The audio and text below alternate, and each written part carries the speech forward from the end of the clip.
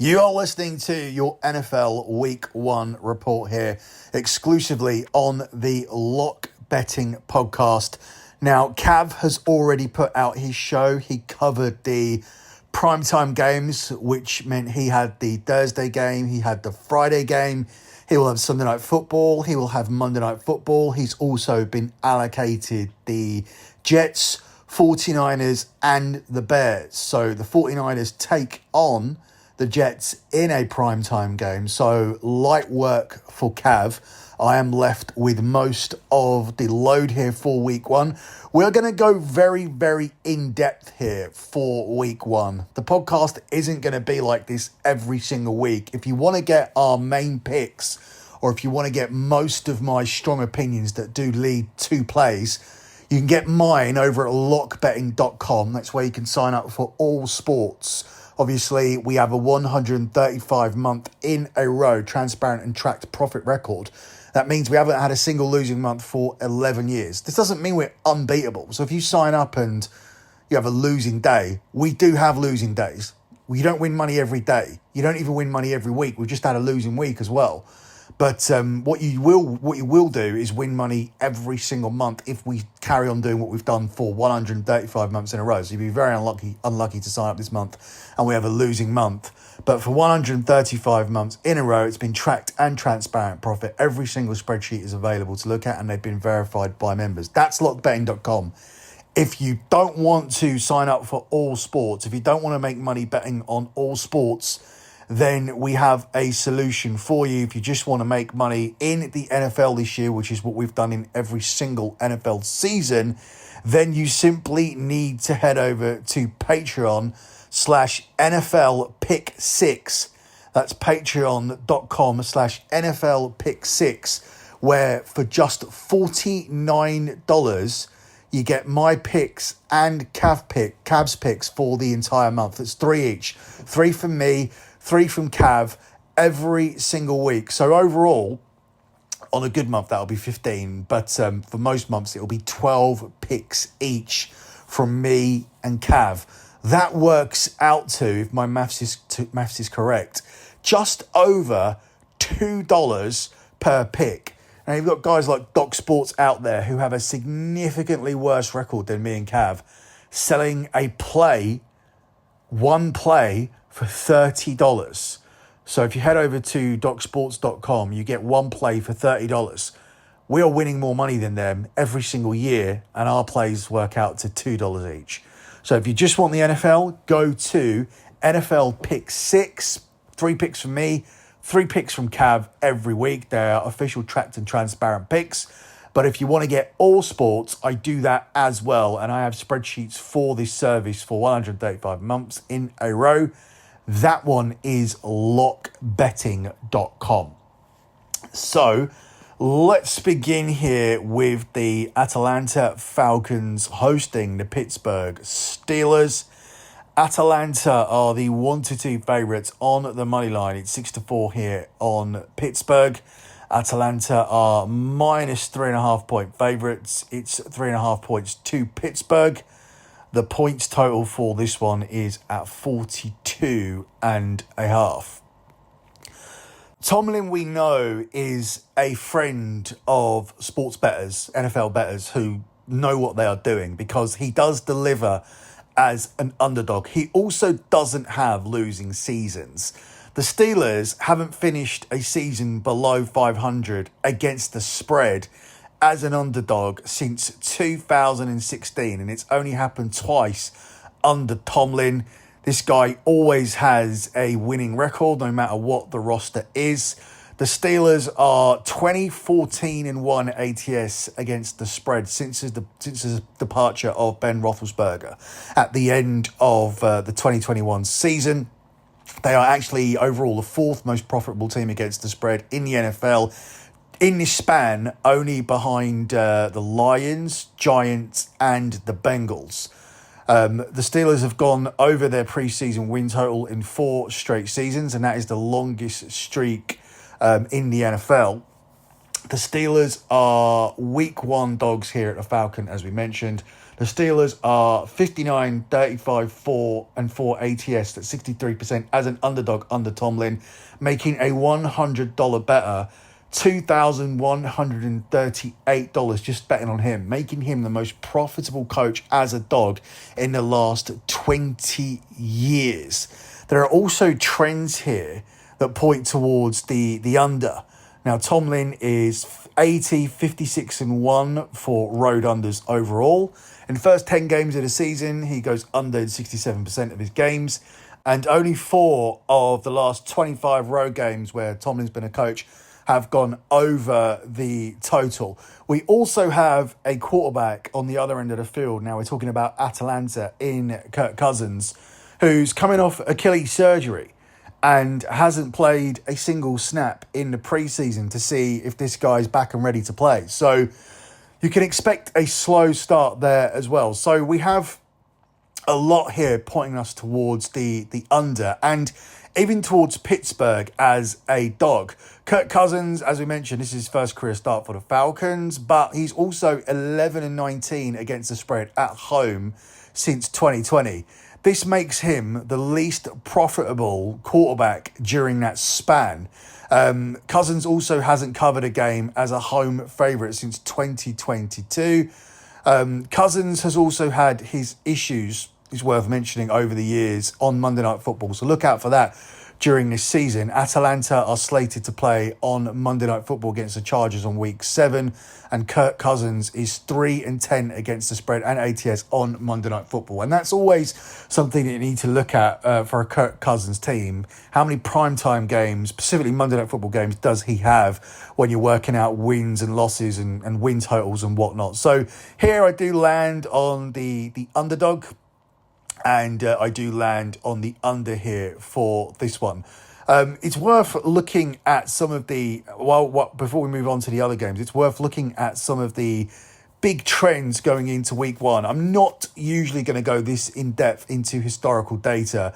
If you want to get this kind of stuff, it is usually behind a paywall.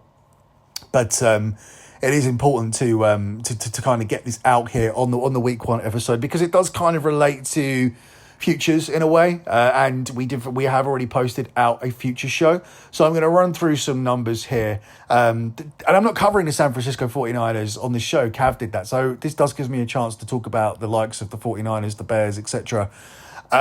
So for the 49ers, trends that are relevant to them: Super Bowl losers are 10-14 straight up and 5-9 against the spread on week 1. So that's the hangover trend that goes against them. They play against the Jets on Monday Night Football.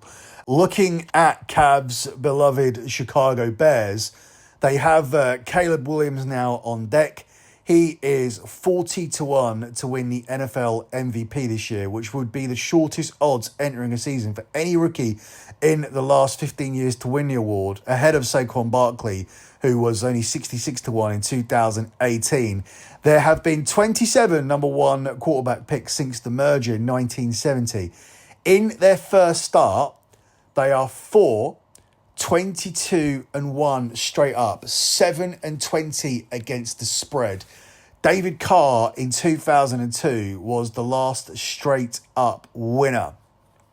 We also have Bo Nix and Jalen Daniels beginning their NFL careers in week 1, having to play on the road against veteran quarterbacks. Since the NFL merger in 1970, rookie quarterbacks having to play on the road in week 1 are 8-19 straight up and 12-13-2 against the spread, losing those games straight up by an average of 4.3 points per game.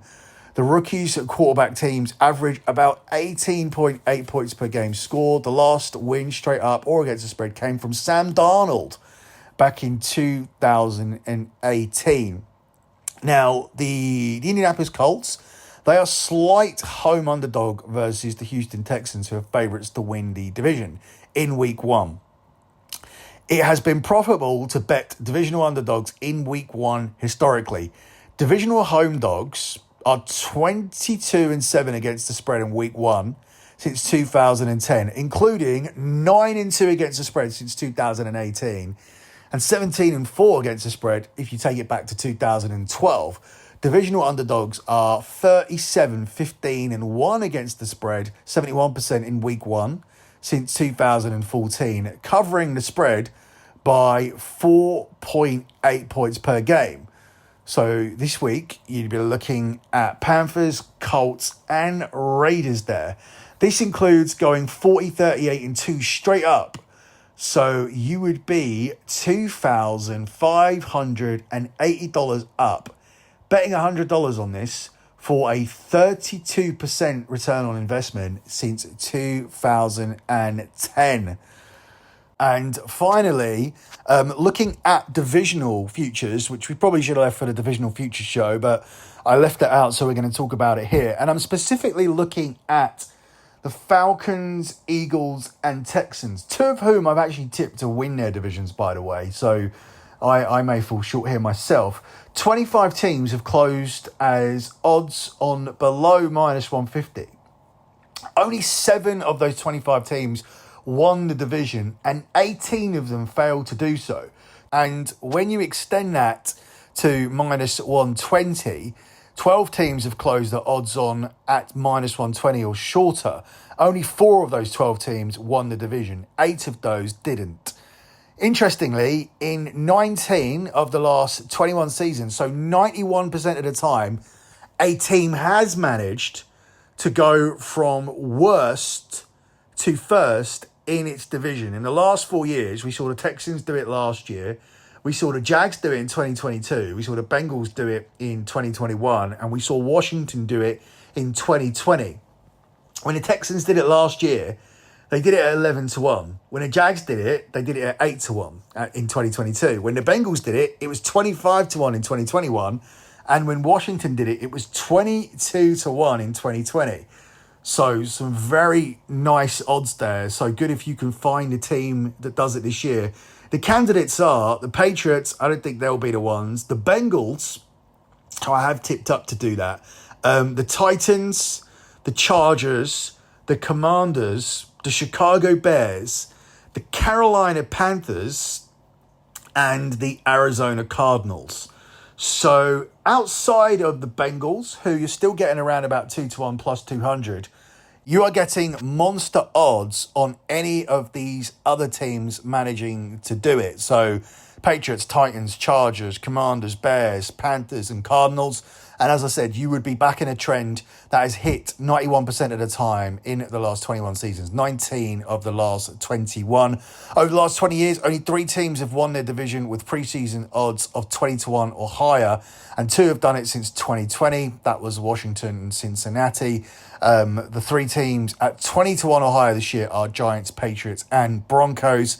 It's very, very difficult to make a case for any of those teams, though, even though we have data pointing in that direction. So just wanted to take a pause from the games to look at that. Up next, we move on to the Buffalo Bears against the Arizona Cardinals, where the Bears are 6.5 point home favourites, depending on where you look, and it's 6.5 points here on the Arizona Cardinals. A lot of people are down on the Buffalo Bills this year. They feel that they're going to be weaker offensively. They feel basically like the window has passed when it comes to this team. In the last 18, the Bears are 8-10 against the spread.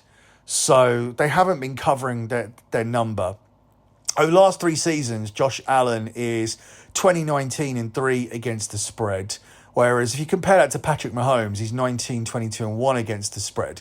What that tells me is that they have been heavily favoured, both to have big seasons. Obviously, the Chiefs have gone on to do so. The Bills have fallen short, whilst they have managed to blitz through their division for the most part.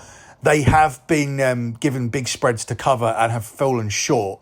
So while Josh Allen has been slightly better than Patrick Mahomes, overall, these are 2 quarterbacks who don't really like covering big numbers or even respectable numbers. For example, Josh Allen has closed as a favourite of over 4 points 25 times over the last 2 full seasons. And the Bills are only 8-16-1 ATS in those games. Of the 42 quarterbacks to close over 4 points in any game in that span, Allen's 8-16-1 ATS mark is the worst. While Kyler Murray, he's kind of the opposite. He's had success in his career when listed as an underdog. He's 25-15-2 against the spread as a dog. And he's been profitable against the spread overall in every single one of his NFL seasons that he played in. Since he entered the NFL, he's actually been the second most profitable quarterback against the spread as an underdog, only behind Jared Goff. When the Cardinals are bigger underdogs with Kyler, they've seen more success. They are 11-5-2 against the spread as a dog of over 4 points and 7-3-2 against the spread as a dog of 6 or more. Kyler Murray has also specifically had success when traveling east. Playing in the East, he is 11-3 ATS, including 16-6 ATS in either East or Central, covering the spread by over 6 points per game and only 18-24-2 ATS playing in either Mounting or Specific. The Cardinals won just 4 games straight up last year, which was followed up by also winning 4 games straight up in Cliff Kingsbury's last season. The Arizona Cardinals last won 4 games or less in back-to-back seasons in 91-92, and they haven't won 4 games or fewer in 3 state seasons since 71-73. So we are looking for them to be better this season, and I'm looking for them to start here with a cover against the Buffalo Bills. I do buy into that narrative that the Bills aren't going to be good as they've been in previous seasons this year. I do believe they have lost a little bit on the offensive end, and that they were moving in the wrong direction. They've been moving in the wrong direction for a few years. I do believe the chance for the Bills to win a Super Bowl has passed.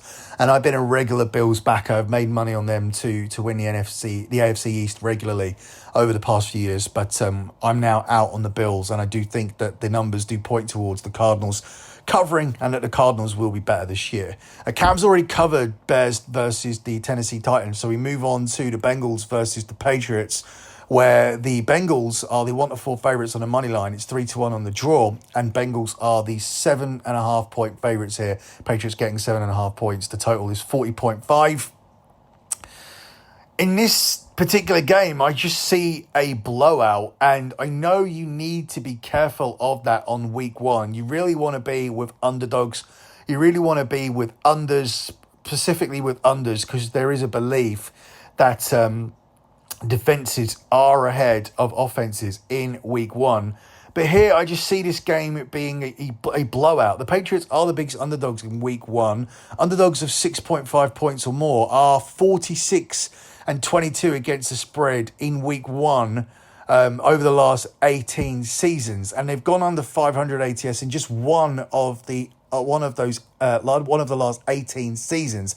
Since Tom Brady left for Tampa Bay, the Patriots have been listed as underdog, though, in 35 games in those 4 seasons, and they have gone 13-21-1 against the spread. So whilst we have data going for the Patriots, we certainly have data going against the Patriots. They have been an absolute shit show since Brady left. They got Bill Belichick fired as their coach, and this is one of those spots where I'm just going to look at the teams, look at the expectations of the teams this season. The Patriots can't put up any points. The Bengals are expected by many to have a huge bounce back season. The only thing I'm wary of is that Joe Burrow and the Bengals don't usually start seasons very well. In Joe Burrow's NFL career, he is 36-22-1 against the spread, so 62.1% overall, but he's had ATS struggles early on in the season. He's only 2-6 ATS in the first 2 games of the year, and then he goes to 34-16-1 against the spread in game 3 or later. But I'm going to go against that here in this one. I just feel that he will come in fresh and ready. This is a big bounce back game for the season. The Patriots are poor. I don't see how they're going to put up any points. Their starting quarterback isn't even ready to play here, according to reports. So I just feel this is going to be a game that gets away from them, and the Bengals do start with a statement victory here in this one. We move on to the Indianapolis Colts at home to the Houston Texans, where the Texans have moved to 3.5-point favourites here. You're now getting 3.5 points on the Indianapolis Colts. The over-unders at 49.5. We spoke earlier about home underdogs, and this is where the Indianapolis Colts come into play, especially divisional home underdogs. So whilst we've already spent some time covering that, we're not going to spend too much time here on this game. We're simply just going to go along with that stat. Since 2008, the Colts are 2-13-1 straight up and 1-14-1 ATS in week one. So there are numbers going against the Colts specifically in week one that does go against your divisional data for week one in a divisional game. They are also 0-6 ATS versus AFC South opponents. Since 2003, the Colts are 5-14-2 ATS in the season opener, the least profitable team against the spread in the NFL. The Colts haven't won a week one game straight up since Andrew Luck in 2013. Interestingly, the Colts do usually get it right on week two, probably because you see them in week one and think they're so shit and they end up being overpriced. They are 6-1 against the spread in week two in the last 7 years. So maybe week two is the time to jump on board with this team. CJ Stroud has made 17 starts in his NFL career. He's 6-3 ATS as an underdog. And he is just 3-5 ATS as a favourite. This is a very difficult game to handicap. You have the divisional home dog stat, which is very popular in week one. And then you have the Indianapolis Colts in week one, who are just an absolute shit show. So I am going to go with the Colts. It probably isn't going to be a big play for me because it is scary given the Colts data. But that's why I've landed. I think it's moved too much. I think 3.5 points is too much to give a home underdog on week one, even though it is the Indianapolis Colts. Up next, we'll look at the Miami Dolphins at home to the Jacksonville Jaguars, where Miami are also 3.5-point home favourites.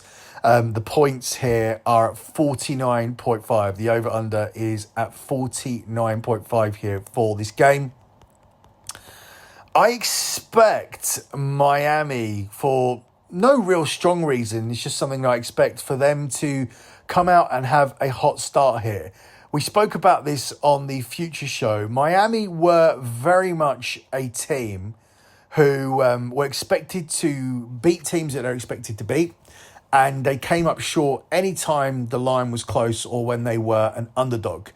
It is notoriously hard to win in Miami early on in the season. Teams struggle in Miami when the temperatures are high. Now, this shouldn't be as applicable to the Jaguars, who are also a team based in Florida. Now, Trevor Lawrence, their quarterback, is 23-29 ATS in his career. Trevor Lawrence is 8-17 straight up and 11-14 ATS on the road.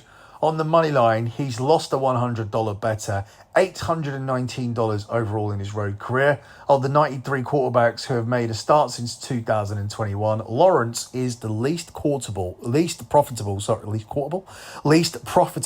road quarterback. Since 2005, the Dolphins are 13-19 straight up at home in weeks 1 to 4. However, when you look at Tua is 3-1 straight up in that spot, and Mike McDaniels is 3-0 straight up. When the game temperature is 80 degrees or higher, the Dolphins are 48-42 straight up in the last 20 years, but 29-14 straight up in that spot since 2016-2017.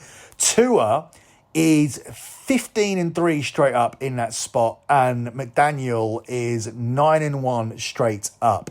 Also, the 1 p.m. Eastern Time Dolphins home kick theory that's worked out lately sees them being 42-23 straight up in the last decade.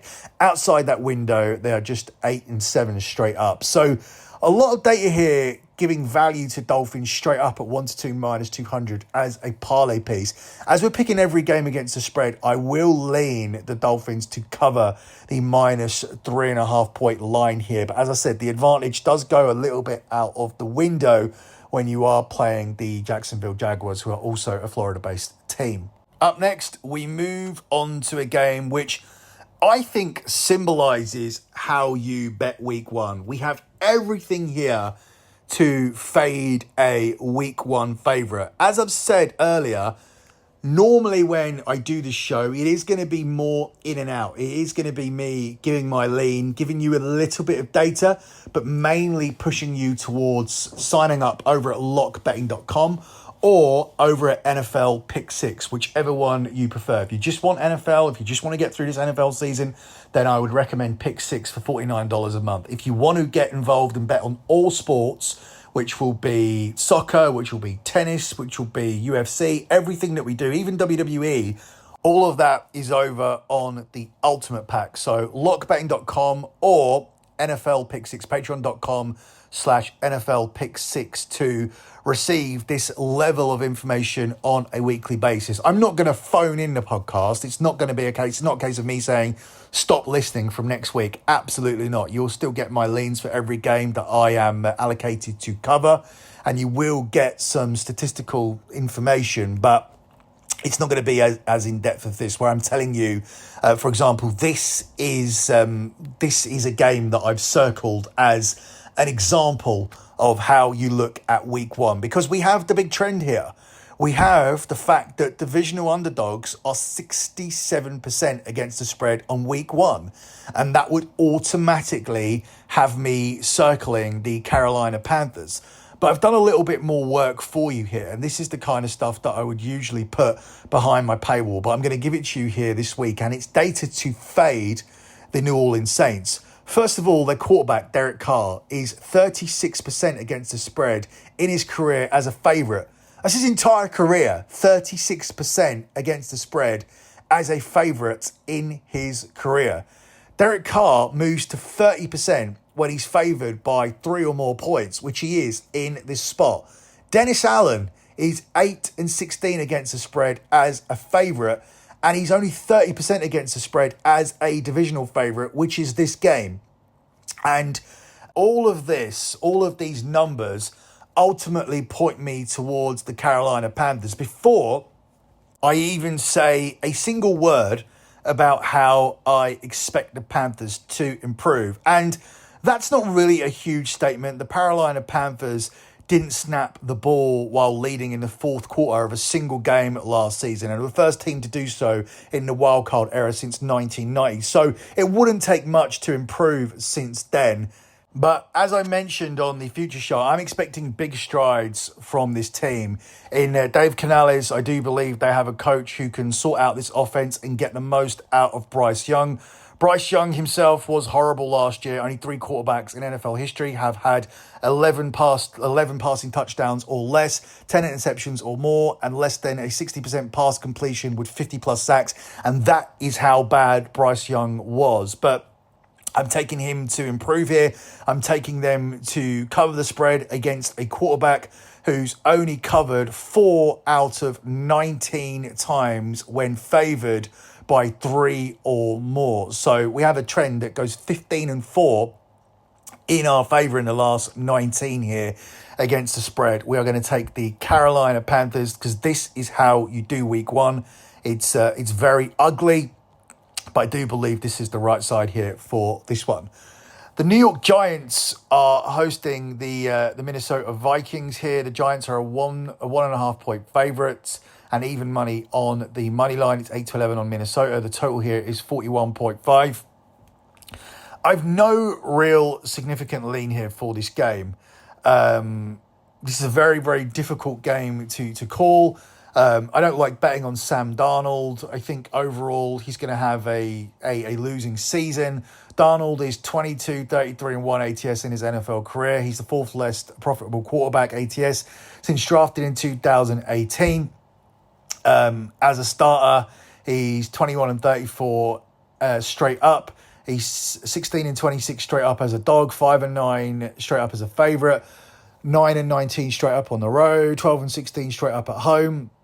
He's just shit, and he's not somebody I want to bet on, even though I do believe that the Minnesota Vikings find a way to win in New York here, where the Giants at home have gone under the full game total at an alarming rate.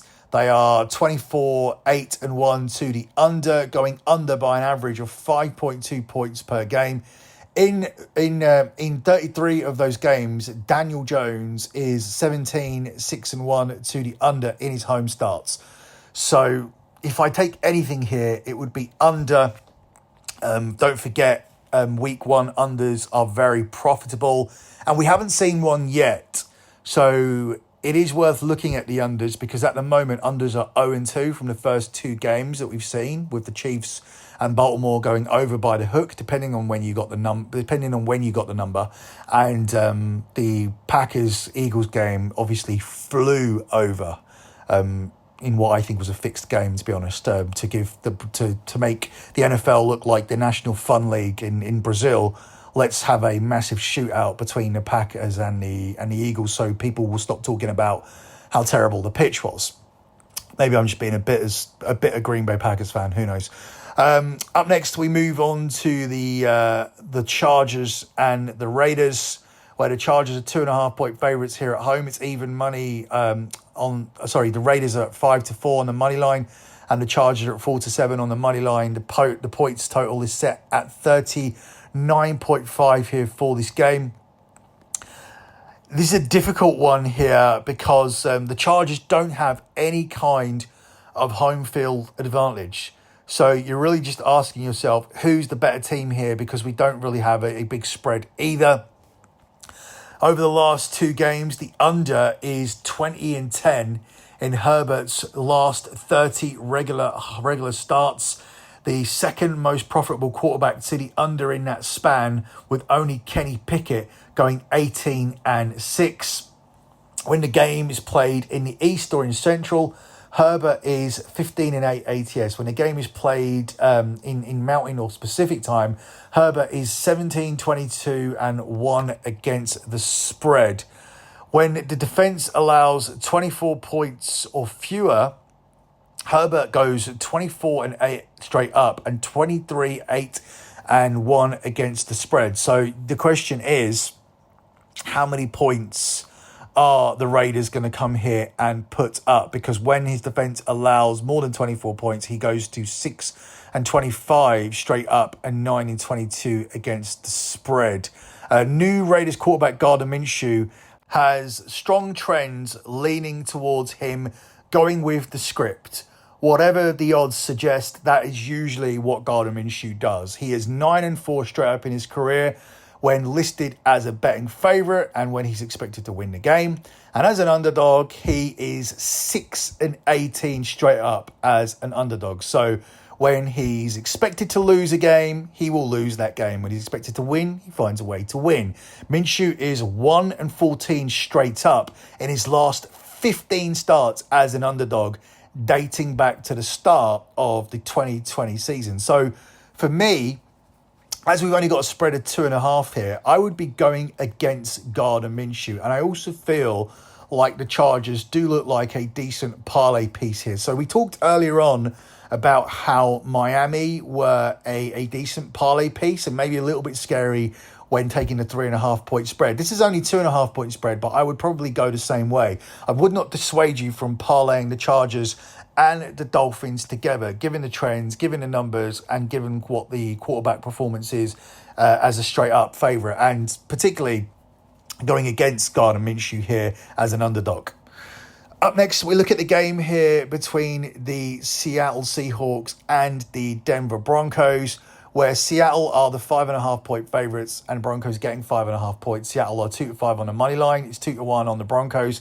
And the points total here is at 41.5. I have no interest in taking the Broncos here. They may seem like a sharp pick for some. You look at this and think, oh, this is how you bet the NFL. You go against the public, which you do for the most part. But here, I just don't think this line is big enough. I think this Denver Broncos team are really going to struggle this season. We have a rookie quarterback going into Seattle who have a genuine home field advantage. In Sean Payton's last 17 seasons as a head coach, he's never finished back-to-back years under 500. The Denver Broncos did go 6-10 in ATS against the spread last year. So looking at those numbers, you are expecting Denver to improve and have a winning record. But I just don't see how they get here with this team, with this quarterback. And I don't think it starts well for them here against a Seahawks team who lost at home in week 1 to the Rams, 30-13 last year. Before that loss, though, the Seahawks had gone 8-0 straight up and 6-2 ATS when opening the season at home, and that dates back to the year 2000. Seattle are 30-6 straight up at home in their first 3 games of the regular season over the last 20 years and haven't lost a home opener straight up in consecutive seasons since 2022-21. Now, Geno Smith is 10-15-1 ATS as a favourite in his career, and he does go to 22-17-2 ATS as an underdog. So this is a quarterback who doesn't like being a favourite, but look, he's covered in 10 of those 26 games as a favourite. He does do it sometimes. And I do believe this is a game where you go against the data and you look at him improving his ATS record as a favourite, because Seattle have a genuine home record here. You have Bo Nix, a rookie quarterback, going into Seattle with a Denver team who I think are going to struggle this season. I just think Seattle are going to light them up. I'm happy to take the 5.5 points here. Seattle to cover in this spot. So Cav's covered the game between the Cowboys and the Browns. He's also covered the Monday night game between the San Francisco 49ers and the Jets, and Sunday Night Football's done. So the final game left for me to cover is the Tampa Bay Buccaneers against the Washington Commanders, where the Bucs are the 1-2 home favourites at 6-4 on the draw. The Bucs are a 3.5 point home favourite against the spread, and the total here is 42.5 points. This is a team in Tampa that I expect to regress this season. I'm not somebody who's on this Baker Mayfield train. I don't believe that you pin your hopes on Baker Mayfield. Baker Mayfield is 14-26-1 ATS as a favourite since being drafted number 1 overall by the Browns in 2018. He would have lost a better $1,264 from if you're a $100 better overall since he was drafted back in 2018. Baker is the 3rd least profitable quarterback against the spread of the 94 quarterbacks, with only Derek Carr and Russell Wilson being worse than Baker, and he's never finished a season above 500 against the spread as a favourite. Baker Mayfield is 1-4 straight up in openers as an NFL starter, winning his career NFL opener last season with the Bucs. Of the 11 total quarterbacks to start all 5 week 1 since 2019, Baker is the only one with 4+ straight up losses over the last 2 seasons. The under is 19-10 when Baker is one of the starting QBs. $100 better would be up $733, taking the under in this spot. He's second best of 89 quarterbacks, only behind Kenny Pickett. The Washington Commanders, they will start with their 8th different week 1 quarterback this season, which will set the record for most consecutive years with a unique week 1 starting quarterback. So I don't know what to make of that. I just thought it was an interesting stat to throw on. I'm leaning towards the under here. I will ride that profitable trend. And if pushed to pick a side here, I would take the points with the Washington Commanders. So there are all the games that I have been allocated to cover. I will not be talking about the Sunday Night Football game where the Rams travel to the Detroit Lions. Not talking about the Cowboys-Browns games, the Browns game, although I do have picks out for both of those two games. I do not have a pick out yet for the San Francisco 49ers versus the Jets. The picks I've put out for those games are over at lockbetting.com. I have not made my NFL Pick 6 picks yet, but I will be doing that in the next few hours. So you will get my picks at least 3 hours before kickoff. So head over to NFL Pick 6 if you just want to get my NFL picks. That's patreon.com/NFL Pick 6. If you want to get all of my plays for all sports, head over to lockbetting.com. We have just picked the winner for the Women's US Open. We landed that future yesterday at a price of 3-1 plus 300 on Arina Sabalenka, getting it done for us last night. And we have 135 months in a row of transparent and track profit all time. No losing month in 11 years. So for all picks, lockbetting.com. If you just want our NFL picks, head over to patreon.com/NFL Pick 6, where later on today you will get 3 picks from me and 3 picks from Cav as we go for our 4th year in a row of transparent and track profit on that Patreon service. And of course, we have the 11 years over at lockbetting.com. That's it for me. Good luck with all your bets as always, guys. And thanks for listening.